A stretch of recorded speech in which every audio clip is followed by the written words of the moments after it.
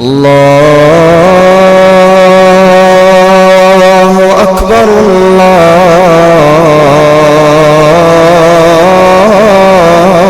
الله أكبر.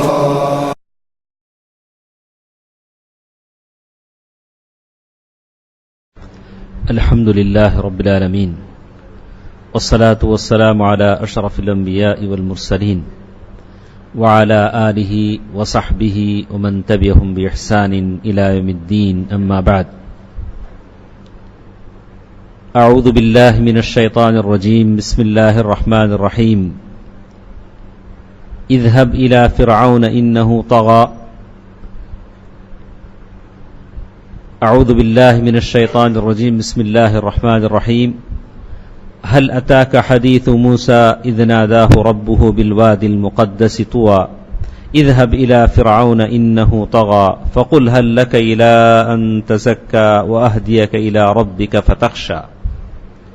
محترم حضرات، بزرگوں، دوستو، عزیزو، یہ قرآن کی مجلس ہے. قرآن پڑھنے والوں کے لیے، سننے والوں کے لیے، سمجھنے والوں کے لیے ہے اور ہدایت ہے اور قبر میں روشنی کا باعث ہے. اللہ تبارک و تعالی قرآن پڑھنے، سمجھنے، عمل کرنے، پہنچانے، غور و فکر کرنے کے اللہ تعالی مجھے اور آپ کو توفیق دے. سورۃ النازعات کی آیتیں ہمارے ساتھ تھیں. ان آیتوں میں اللہ تبارک و تعالی نے حضرت موسیٰ علیہ السلام کا ذکر کیا تو فرمایا، کیا موسیٰ علیہ السلام کی بات تمہیں پہنچی ہے؟ سوالیہ انداز میں پوچھا. اللہ کے رسول صلی اللہ علیہ وسلم سے سوال ہے، کیا موسیٰ علیہ السلام کی بات تمہیں پہنچی ہے؟ جبکہ انہیں ان کے رب نے پاک میدان طوا میں پکارا. موسیٰ علیہ السلام کو پکارا ان کے رب نے. کہاں؟ طوا میدان میں. میدان کا نام کہا کہ طوا میدان میں پکارا. کس بات سے پکار ہوئی؟ کہا کہ تم فرعون کے پاس جاؤ، تم فرعون کے پاس جاؤ، اس نے سرکشی اختیار کر لی ہے. اس سے کہو کہ کیا تو اپنی درستگی اور اصلاح چاہتا ہے؟ فقل هل لك الى ان تزكى. بڑے پیارے انداز میں کس سے کہنے کو کہا جا رہا ہے؟ فرعون سے. اور یہ واہدیک الى ربک فتخشى، اور یہ کہ میں تجھے تیرے رب کی راہ دکھاؤں کہ تو اس سے ڈرنے لگے. فاراہ الآیۃ الکبریٰ، پس اسے بڑی نشانی دکھائی گئی. فرعون کو حضرت موسیٰ علیہ السلام نے بڑی نشانی دکھائی. فکذب وعصیٰ، تو اس نے جھٹلایا اور نافرمانی کی. سورۃ النازعات کی یہ آیتوں کا ترجمہ تھا جو ہم نے بعض آیتیں جو سنی. قرآن اللہ تبارک و تعالیٰ کی نازل کردہ کتاب ہے. یہ قصے کہانیوں کی کتاب نہیں ہے، یہ کوئی ناول نہیں ہے کہ جس میں قصے ہوں. لیکن اللہ تبارک و تعالیٰ نے قرآن مجید میں قصے بیان کیے. سب سے زیادہ حضرت موسیٰ علیہ السلام کا واقعہ بیان کیا. جہاں بھی آپ دیکھیں گے بنی اسرائیل کی باتیں. بعض سلف نے کہا کہ ایسے لگتا تھا کہ سارا قرآن بس بنی اسرائیل سے بھر دیا جائے، بنی اسرائیل کی باتوں سے بھر دیا جائے. ایسا کیوں؟ ایسا اس لیے کیا کہ حضرت موسیٰ علیہ السلام اور بنی اسرائیل ان دونوں کی حالتیں اللہ کے رسول صلی اللہ علیہ وسلم کفار قریش کی حالت سے بالکل ملتی جلتی تھی. اسی لیے اللہ تعالیٰ نے بار بار پیارے نبی صلی اللہ علیہ وسلم کی تسلی کے لیے بیان کیا. تو میں آپ کے سامنے کچھ باتیں میں نوٹ کیا ہوں. اللہ تعالیٰ نے قرآن مجید میں جو جو قصے بیان کیے ہیں وہ 3 باتوں پر مشتمل ہیں. ایک انبیاء علیہ السلام کے قصے، رسولوں کے قصے، ان کی قوم نے ان کے ساتھ کیا کیا، کیسا سلوک کیا، مومنوں کے ساتھ کیا حالت پیش آئی، کافروں کے ساتھ کیا پیش آئی. یہ تمام قصے اللہ تعالیٰ نے بیان کیے جیسے ہم جانتے ہیں. وقسم، ایک دوسری قسم قصوں کی قرآن مجید میں وہ ہے عن افراد و طوائف، الگ الگ شخصیتوں کے قصے، جماعتوں کے قصے. جیسے اللہ تعالیٰ نے مریم کا قصہ بیان کیا، فردی قصہ ہے، ایک آدمی کا قصہ ہے. لقمان کا قصہ بیان کیا اور اسی طرح اس آدمی کا قصہ بیان کیا جن کا گزر ایک بستی پر سے ہوا، بستی کو دیکھا کہ ساری بستی اتھل پتھل ہے، برباد ہے، ویران ہے. انہوں نے کہا کہ اللہ پتہ نہیں یہ بستی کتنے سالوں سے ویران ہے، یہ کیسے زندہ ہو سکتی ہے. اللہ تعالیٰ نے فوراً ان کے سامنے ہی ساری بستی کو زندہ کر دیا. اللہ تعالیٰ نے ان کا واقعہ بیان کیا. ذوالقرنین کا قصہ اللہ تعالیٰ نے بیان کیا، اور اسی طرح قارون کا قصہ بیان کیا، واصحاب الکہف غار والوں کا قصہ بیان کیا، ہاتھی والوں کا قصہ بیان کیا، واصحاب الاخدود گڑھے والوں کا قصہ بیان کیا جنہوں نے بڑے بڑے گڑھے زمین میں کھودے، جو بھی مومن ہوتے گئے ایمان لاتے گئے ان کو ان گڑھوں میں ڈال دیا، زندہ جلا دیا. تو اللہ تبارک و تعالیٰ نے ایک قصے انبیاء اور رسول کے بیان کیے، دوسرے قصے ان لوگوں کے بیان کیے جو الگ الگ پرسن یعنی حساب سے، لقمان کا قصہ، مریم کا قصہ یا قوموں کا قصہ جو اللہ تعالیٰ نے بیان کیا. وقسم عن حوادث واقوام، اور بہت سارے قصے اللہ تعالیٰ نے واقعات کے قصے بیان کیے جو انسیڈنٹ پیش آئے تھے یا قوموں کے قصے، جیسے غزوہ بدر کا قصہ بیان کیا. غزوہ بدر کیسے ہوئی، کیسے آسمان سے فرشتے آئے، کیسے مومنوں کی کیا حالت تھی، منافقین کی کیا حالت تھی، کیسے منافقین آدھے راستے سے واپس چلے گئے. اللہ تعالیٰ نے غزوہ بدر کی بات بیان کی. والاحزاب، اور وہ بہت ساری جماعتیں بیک وقت مسلمانوں کے خلاف جمع ہو گئیں، ادھر حوازن، ادھر کفار قریش، اندر سے یہودی، سارے کے سارے مسلمانوں کے خلاف جمع ہو گئے کہ مسلمانوں کا نام و نشان مٹا دیا جائے. تو یہ موقع تھا کہ اللہ کے رسول صلی اللہ علیہ وسلم نے مدینے کے اطراف خندق کھودی، بڑا سا گڑھا کھودا، اور آج بھی سبع مساجد کے نام سے مشہور ہے، لوگ جانتے ہیں. کہا کہ اس کا ذکر اللہ تعالیٰ نے قرآن مجید میں ذکر کیا، اور اسی طرح اللہ تعالیٰ نے قرآن مجید میں بنو قریظہ کا ذکر کیا، بنو نذیر، بنو زید بن حارثہ، ابو لہب، یہ ساری کی ساری باتیں اللہ تعالیٰ نے قرآن میں ذکر کی. اب ایک سوال آدمی کا پیدا ہوتا ہے ذہن میں، اللہ تعالیٰ نے اس کا ذکر کیوں کیا؟ تین قسم کی ذکر ہم نے کہا. پہلے انبیاء اور رسولوں کا ذکر، دوسرے خاص خاص لوگوں کا ذکر، مریم کا ذکر، لقمان کا ذکر، ایسے لوگوں کا ذکر، اور تیسرا ذکر حوادثات کا، انسیڈنٹس کا، غزوہ بدر کا، غزوہ احزاب کا، بنو قریظہ کا، بنو نذیر کا، یا غزوہ خندق کا. اللہ تعالیٰ نے یہ ساری چیزیں کیوں ذکر؟ قرآن اٹا پڑا ہے ان چیزوں سے، واقعات سے. تو کہا کہ نمبر ایک، اللہ تعالیٰ نے ان چیزوں کا ذکر کیا، بیان حکمت اللہ تبارک و تعالی. اللہ تعالیٰ نے جو بھی قصہ بیان کیا اس کے پیچھے ایک حکمت ہے. قرآن کا ایک حرف بیکار نہیں، بیکار ہرگز نہیں. آپ بولیں اتنی مرتبہ موسیٰ علیہ السلام کا قصہ ذکر کرنے کی کیا ضرورت تھی، اتنی مرتبہ ابراہیم علیہ السلام کا قصہ ذکر کرنے کی کیا ضرورت تھی؟ خالق وہ جس نے کتاب اتاری ہے وہ بہتر جانتا ہے کہ اتنی مرتبہ ذکر کرنے کی کیا بات تھی.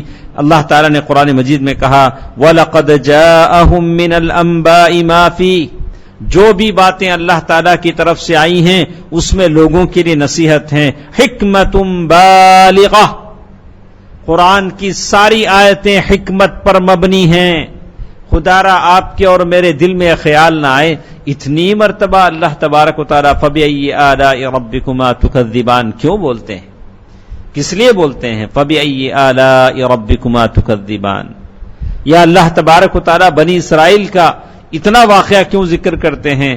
اور کبھی آج ہم نے سورہ نور میں دکھا او بیوت امہاتک او بیوت خالاتکم او بیوت اعمامکم. اللہ تعالیٰ نے کہا کہ اپنے خالہ کے گھر سے آدمی کھا سکتا ہے، اپنے پھوپھی کے گھر سے کھا سکتا ہے، یعنی بلا اجازت کے ان کے گھر میں جا کر کھا سکتا ہے.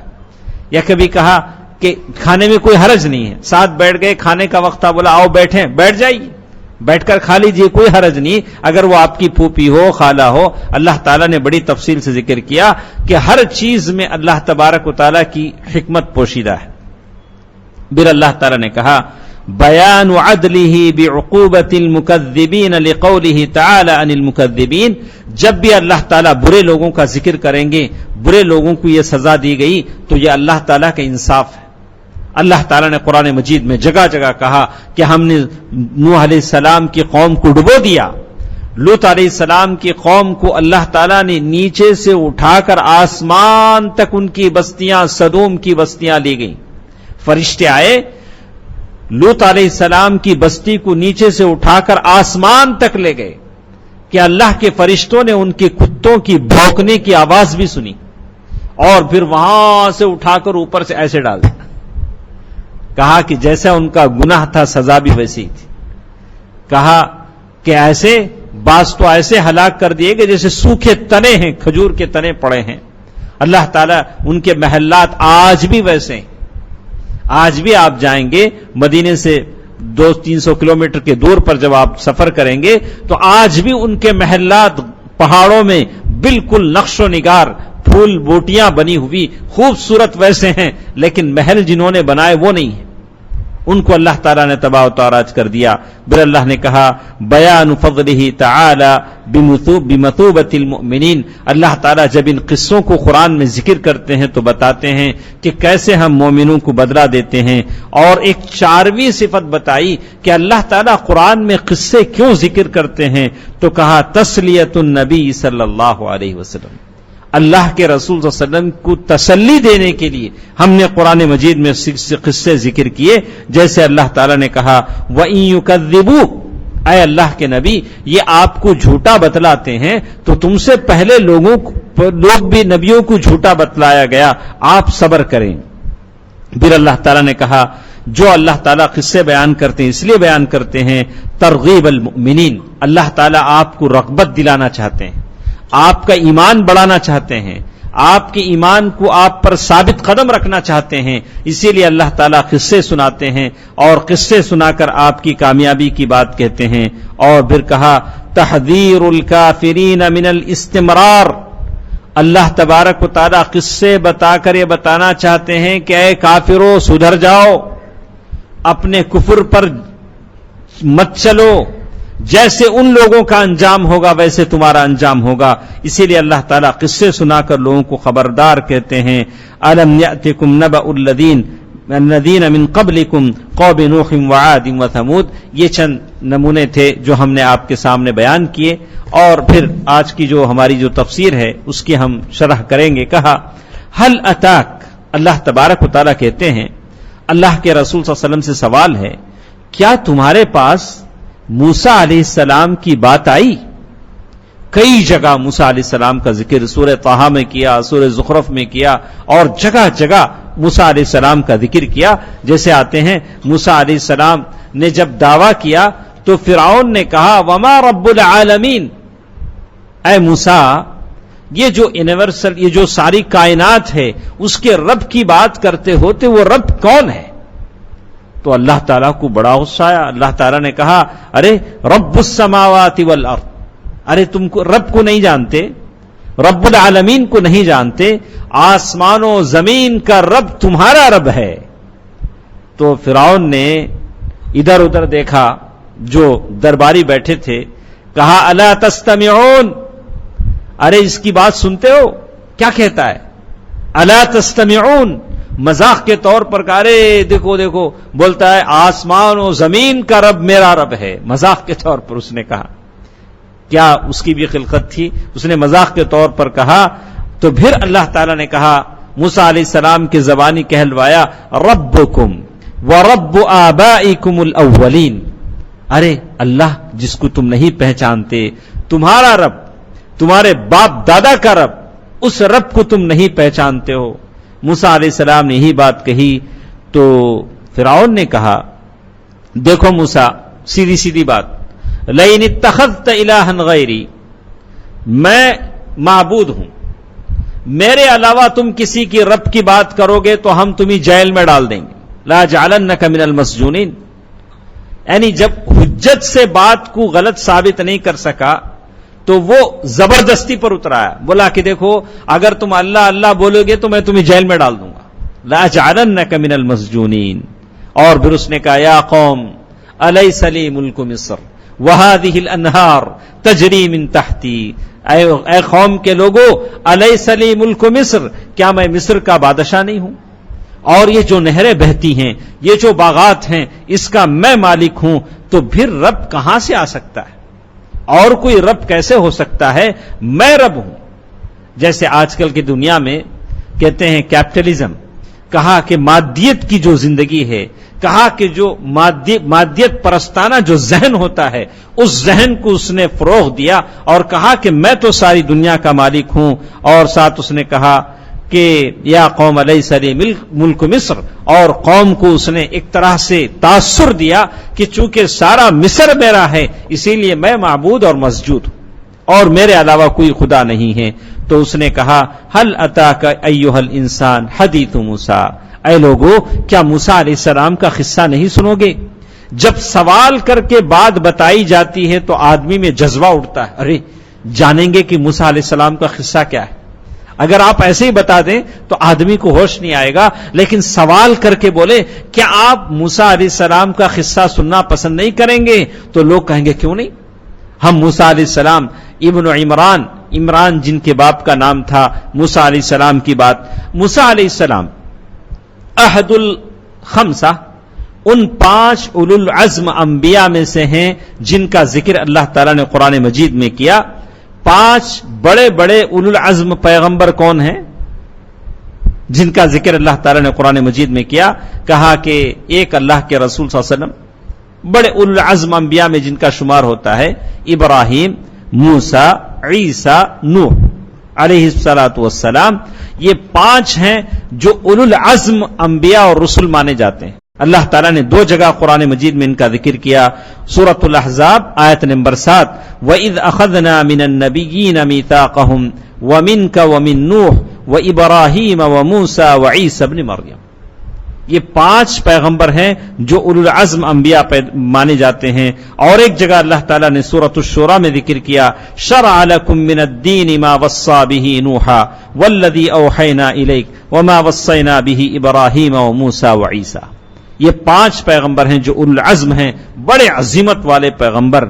اور اللہ تعالیٰ نے موسیٰ علیہ السلام کا ذکر قرآن مجید میں اس لیے ذکر کیا کہ زیادہ مدینے میں بسنے والے یہودی تھے، اللہ کے رسول صلی اللہ علیہ وسلم کا زیادہ جو تعامل ہوتا تھا یہودیوں کے ساتھ ہوتا تھا، تو اللہ تعالیٰ نے زیادہ موسیٰ علیہ السلام کا ذکر کیا۔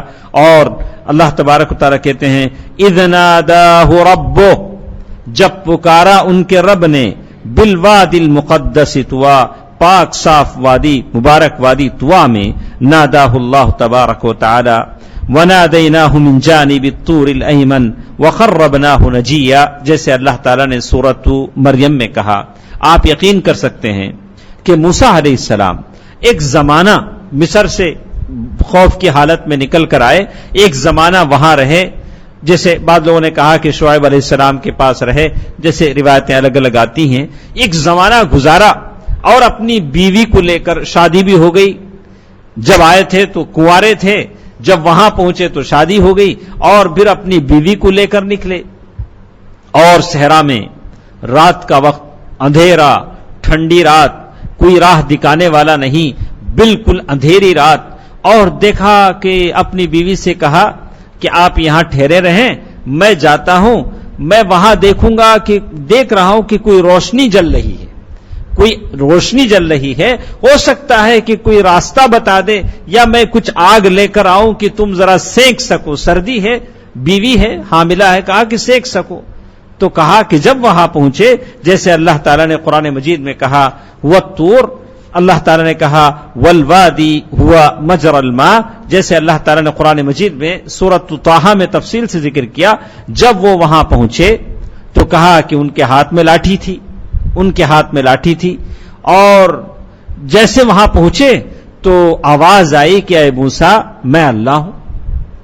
اندھیری رات میں آدمی آگ کی تلاش میں نکلے، پہلے سے ڈرا ہوا ہو، اور آواز آئے یا موسیٰ، اور ان سے پوچھا گیا کہ اے موسیٰ تمہارے ہاتھ میں کیا ہے؟ کہا کہ عصائی اتوکل علیہا واہش بہا علی غنمی ولی فیہا مآرب اخری، ارے میرے ہاتھ میں عصا ہے، میں اس سے اپنی بکریاں ہانکتا ہوں اور بہت ساری چیزیں. کہا کہ ایسا کرو کہ اس عصا کو زمین میں ڈال دو، زمین پر پھینک دو. تہتز کأنہا جان، جس لاٹھی ان کے ہاتھ میں تھی اس لاٹھی سے وہ سارے کام کرتے تھے، وہ لاٹھی اچانک بڑا سا سانپ بن گئی. تو موسیٰ علیہ السلام نے جب دیکھا، وَلَّا مُدْبِرًا وَلَمْ يُعَقِّبْ، جب جیسے دیکھا کہ ارے جو لاٹھی کو میرے ہاتھ میں اب تک پکڑا ہوا تھا، اللہ کے حکم سے میں نے اس کو ڈال دیا تو سانپ بن گئی. تو کہتے ہیں وَلَّا مُدْبِرًا وَلَمْ يُعَقِّبْ، بھاگنے لگے، پیچھے پلٹ کر نہیں دیکھا اس کی طرف. وَلَّا مُدْبِرًا، اب اسے چھوڑ کر بھاگنے لگے. یا موسیٰ، اللہ تعالیٰ نے بڑے پیار سے کہتے ہیں یا موسیٰ اقبل، اے موسیٰ آؤ، کہاں جا رہے ہو؟ یا موسیٰ اقبل، بڑے پیار سے الہ العالمین نے پکارا. کیا آدمی کی بات ہوگی، ہم اللہ تعالیٰ کو سجدے کرتے ہیں، اللہ تعالیٰ کو پکارتے ہیں، اور جب اللہ خود آدمی کو پکارنے لگے کیا عالم ہوگا. اللہ تعالیٰ خود پکارے یا موسیٰ اقبل، آؤ. اور ہماری کوشش یہ ہے کہ ہم اللہ کی طرف آگے بڑھیں، سجدے کرتے ہیں، رکوع کرتے ہیں، دعائیں کرتے ہیں، منت سماجت کرتے ہیں، گڑ گڑاتے ہیں، گریہ ازاری کرتے ہیں. یہ موقع ایسا ہے کہ اللہ خود اپنے نبی سے کہہ رہا ہے یا موسیٰ اقبل، اے موسیٰ ولا تخف، ڈرو نہیں، انی لا یخاف لدی المرسلون، میرے پاس رسول ڈرا نہیں کرتے، آؤ میرے پاس آؤ. اللہ تعالیٰ نے بڑے پیار سے اپنے نبی موسیٰ کو بلایا، کئی مرتبہ بات کیا، تو اسی لیے موسیٰ کلیم اللہ کہلائے. اللہ تعالیٰ نے موسیٰ کلیم اللہ، وہ جس سے اللہ تعالیٰ بات کریں. اور ایک الگ مسئلہ ہے، کل بھی ایک صاحب نے مجھ سے فجر میں دریافت کیا تھا، انشاءاللہ ہم بتائیں گے کہ رؤیت اللہ ایک مسئلہ ہے کہ اللہ تعالیٰ کا دیدار، اللہ تعالیٰ کا دیدار دنیا میں ان آنکھوں سے یہ ایک قسم ہے. اللہ تعالیٰ کا دیدار مرنے کے بعد وہ الگ بات ہے. اللہ تعالیٰ کا دیدار خواب میں یہ الگ چیز ہے، عام آدمی کے لیے الگ، رسول کے لیے الگ. تو یہ بہت ساری تفصیلی بحث ہے، انشاءاللہ کسی وقت ہم اسے مفصل آپ کے سامنے ذکر کریں گے. تو ہم یہاں بات کر رہے ہیں کہ موسیٰ علیہ السلام ہیں، آواز آ رہی ہے، جیسے کہا اللہ تعالیٰ نے کی جب آواز آئی تو اس سورہ نازعات میں اللہ نے سارا واقعہ تفصیل سے بیان نہیں کیا، جو مطلوب تھا اس کا ذکر کیا. اور اس سے پہلے سورتوں میں، سورۃ طٰہٰ، سورۃ الزخرف میں اللہ تعالیٰ نے تفصیل سے بیان کر دیا کیسے کیسے باتیں ہوئیں، کیسے نشانیاں دی گئیں. اللہ تعالیٰ نے کہا اذهب الى فرعون انه طغى، اے موسیٰ فرعون کے پاس جاؤ، اس لیے کہ وہ سرکش ہو گیا ہے، وہ سرکش اختیار کرتا ہے. جس فرعون سے بھاگ کر آئے تھے اس کے عقاب سے، پکڑ سے بچنے کے لیے موسیٰ علیہ السلام کو حکم ہو رہا ہے کہ اسی فرعون کے پاس جاؤ، اس لیے کہ لما طغى الماء حملناكم في الجاریہ، طغا کہتے ہیں حد سے زیادہ بڑھ جانے کو. اسی کے معنی آتے ہیں طاغوت کے. طاغوت کہا کل ما عبد من دون اللہ، طاغوت کہتے ہیں ہر وہ چیز جس کی عبادت کی جائے اللہ کو چھوڑ کر. یا بعض لوگوں نے 5 تعریفیں اس کی کہا کہ طاغوت وہ ہے کہ ہر وہ آدمی جو لوگوں کو اپنی عبادت کی طرف بلائے کہ دیکھو میری عبادت کرو، میرے پیر پڑو، مجھے چومو چاٹو، اگر کوئی کہتا ہے تو وہ طاغوت ہے. کسی نے کہا کہ طاغوت وہ ہے جس کے پیر پاڑے جا رہے ہوں، جسے چاٹا جا رہا وہ خاموش ہو، ارے نہیں کرنا، ایسا منع نہیں کر رہا ہے. اللہ کے رسول صلی اللہ علیہ وسلم سے صحابہ نے کہا، صحابہ شام جا کر آئے تھے، بہت سارے قیصر و کسریٰ کے دربار میں جا کر آئے تھے. انہوں نے کہا اللہ کے رسول ہم نے قیصر و کسریٰ کے دربار میں دیکھا کہ لوگ اپنے بادشاہوں کو سجدہ کرتے ہیں، آپ بھی اجازت دیجئے کہ ہم آپ کو سجدہ کریں. اللہ کے رسول صلی اللہ علیہ وسلم نے فرمایا کہ نہیں، اگر واقعی کسی کے لیے سجدے کی اجازت ہوتی تو میں بیوی کو حکم دیتا کہ وہ اپنے شوہر کو سجدہ کرے، عورت کو حکم دیتا کہ وہ اپنے مرد کو سجدہ کرے جو کچھ احسانات اس کے پاس ہیں. تو آج کل ہم اپنے معاشرے میں جو دیکھتے ہیں کہ مرشد پیر کو سجدہ کر رہا ہے، یعنی مرید پیر کو سجدہ کر رہا ہے، مرشد کو سجدہ کر رہا ہے، اور اپنے جھوٹے فقیروں کو سجدہ کر رہا ہے. تو دیکھ کر آپ کو روکنا چاہیے، ایسے کاموں سے روکنا چاہیے کہ آپ ایک صاحب دین ہیں، صاحب دین کی سمجھنے رکھنے والے ہیں، کیسے آپ لوگوں سے اپنا سجدہ کرواتے ہیں؟ اگر آپ دیکھیں تو اس کی نکیر کریں اور کہیں کہ یہ چیز غلط ہے، اللہ کے رسول صلی اللہ علیہ وسلم فرمایا کہ جائز نہیں ہے، تو کہتے ہیں کہ طاغوت ایک معنی ہم نے کہا کہ جو لوگوں سے اپنی عبادت کروائے، لوگ عبادت کر رہے ہیں تو اس سے خاموش ہو جائے، اور بعض نے کہا کہ طاغوت کا یہ معنی بھی ہے کہ اللہ کے علاوہ کسی اور دین پر چلے اور اسے لاگو کرے۔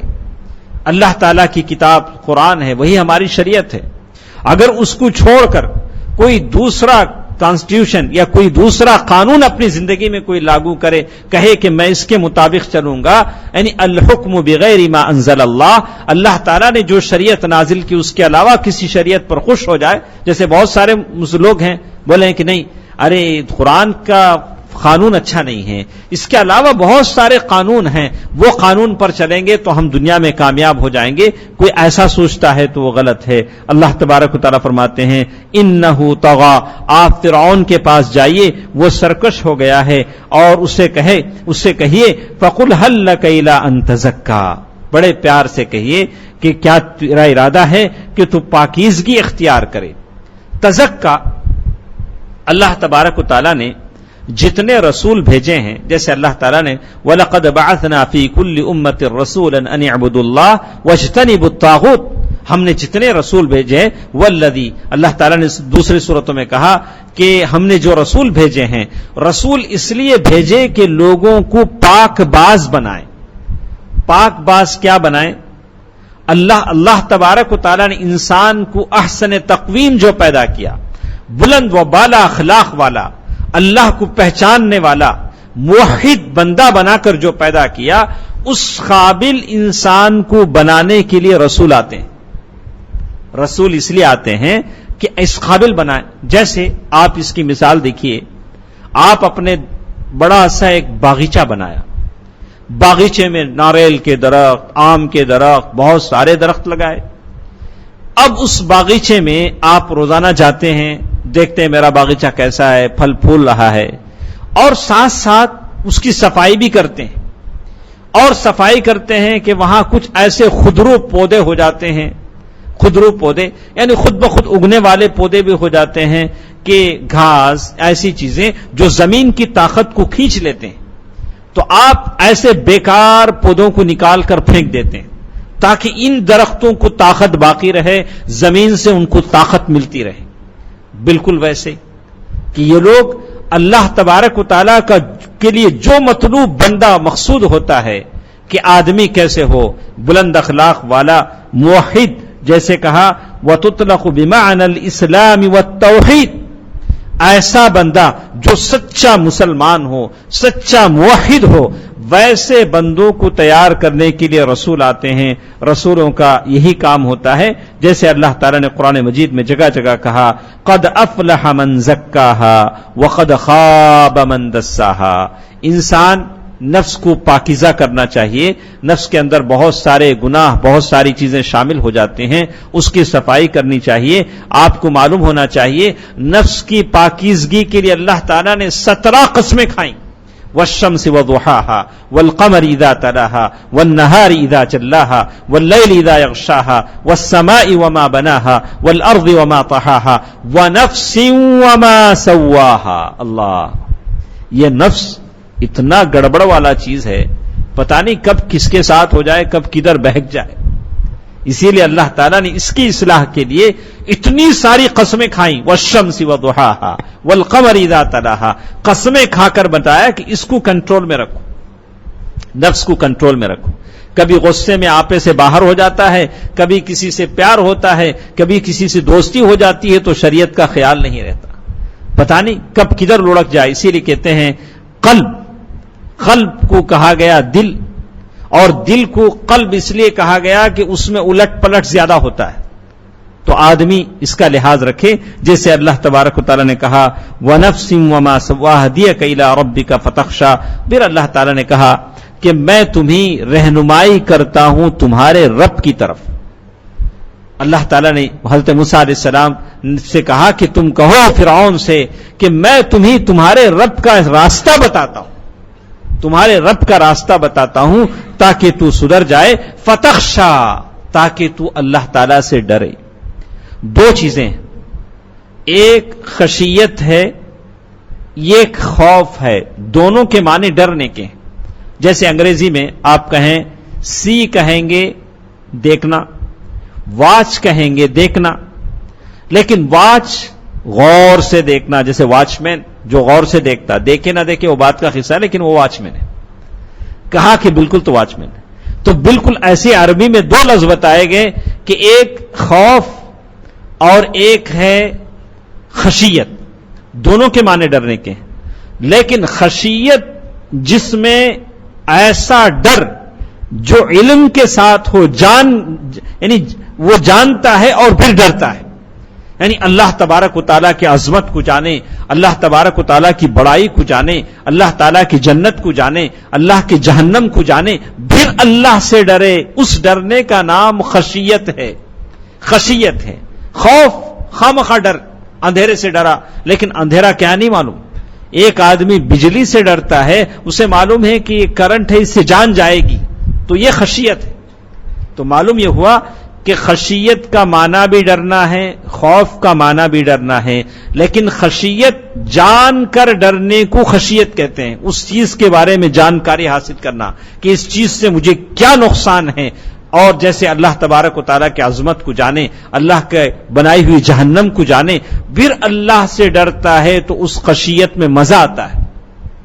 لیکن خوف، خامخواہ کا ڈر، جہالت کا ڈر، اس میں کوئی علم کے معنی نہیں ہے۔ تو انشاءاللہ کچھ باتیں اسی کے تعلق سے یہاں تک آیت پر ہم بس کرتے ہیں، انشاءاللہ کل کے پرسوں کے درس میں کچھ باتیں ہمارے ساتھ آئیں گی۔ تو آخری چیز ہمارے ساتھ ہے فتخشا، میں تمہیں اللہ تمہارے رب کا راستہ بتاتا ہوں، اے فرعون شاید کہ تو ڈر جائے، تیرے اندر ڈر کی تکلیف ہو۔ فرعون اتنا بڑا جابر، ظالم، اور جو اپنے آپ کو رب کہتا تھا، لیکن پھر بھی اللہ تعالیٰ کا حکم ہوا ہے کہ جائیے بڑے پیار سے اسے سمجھائیے اور کہیے کہ تو شاید کہ تو ڈر جائے، میں تیرے رب کا راستہ بتاتا ہوں۔ اور اس لیے اللہ تعالیٰ نے حکم دیا، آدمی بھلے کیسا بھی ہو لیکن دعویٰ کرنے والے کے لیے حکم ہے کہ وہ اچھا انداز اختیار کرے، ہو سکتا ہے اللہ تعالیٰ اسے ہدایت دے دے۔ اللہ تعالیٰ سے دعا ہے کہ اللہ تعالیٰ جتنے موجود ہیں اللہ تعالیٰ تمام کی نیکیوں کو قبول فرمائے، اللہ تعالیٰ ہم تمام کو حشر اور نشر کی پریشانیوں سے بچائے، آمین برحمتک یا ارحم الراحمین، والحمد للہ رب العالمین، والسلام علیکم ورحمۃ اللہ وبرکاتہ۔